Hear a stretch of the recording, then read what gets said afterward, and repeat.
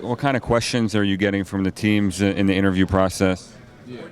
I mean, they ask general background questions. Obviously, how your college experience was, how do you see yourself transitioning to the NBA, and then just maybe some personal questions. What would it be like for you to play with your friend Kyrie Irving in Cleveland? I mean, it'd be great, but I mean, ultimately, I mean, that's not my decision. I mean, that's theirs, and depending on how workouts go, I mean, we'll see what happens. How would you rate yourself athletically on a scale of 1 to 10? We'll find out when the numbers come in. I guess we'll figure out what my raw score is and see how I stack up against the best. Before that, any thoughts about how you stack up with some of these guys? I feel like I'm, fairly athletic compared to everybody else, so we'll see what happens when the numbers come out. Thank you. Does it matter to you how high you get drafted? I mean, not at all. I mean, obviously, just the opportunity to play in the NBA. I mean, that's the goal. You know what I'm saying? And I have no control over how high I go. Only thing I can do is go in there, work out the best I can, and we'll see what the team's like. Do you see yourself as more of a 2 or a 3 in the NBA?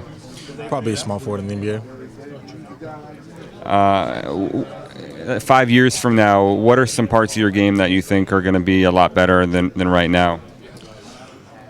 Probably the ball handling and creating for others part. I definitely want to get my teammates more involved, obviously, by making them better. And I have a knack for scoring, so obviously penetrating the lane, hopefully guys can collapse and I can kick it out to open shooters. Kind of the way that you finished, that game without Kendall. How much have you kind of revisited that in your mind and thought about, what could have been maybe? I mean, you never want to play the what could have been game. Obviously, I didn't play great, and obviously I watched the tape, looked at it, stuff like that. But I mean, you have to move on from that process. Is it surprising to you going from after your freshman year? Everybody's saying, you're the greatest thing since sliced bread, and then a year later, people, not that they're down on you, but I think the hype has cooled a little bit. Any thoughts on that?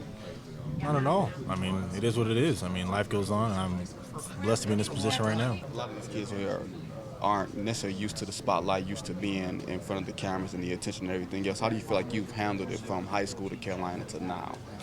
Well, coming out of high school, obviously, there's a lot of hype, a lot of criticism, that kind of stuff. So I've been in the spotlight a lot. So it's something that's just become second nature. I'm used to being in it, and I don't feel any type of way when I'm not in the spotlight. Is there anything where you have to kind of watch how you handle yourself, all the time because of the way, things are as far as not saying the wrong thing or doing the wrong thing or anything like that?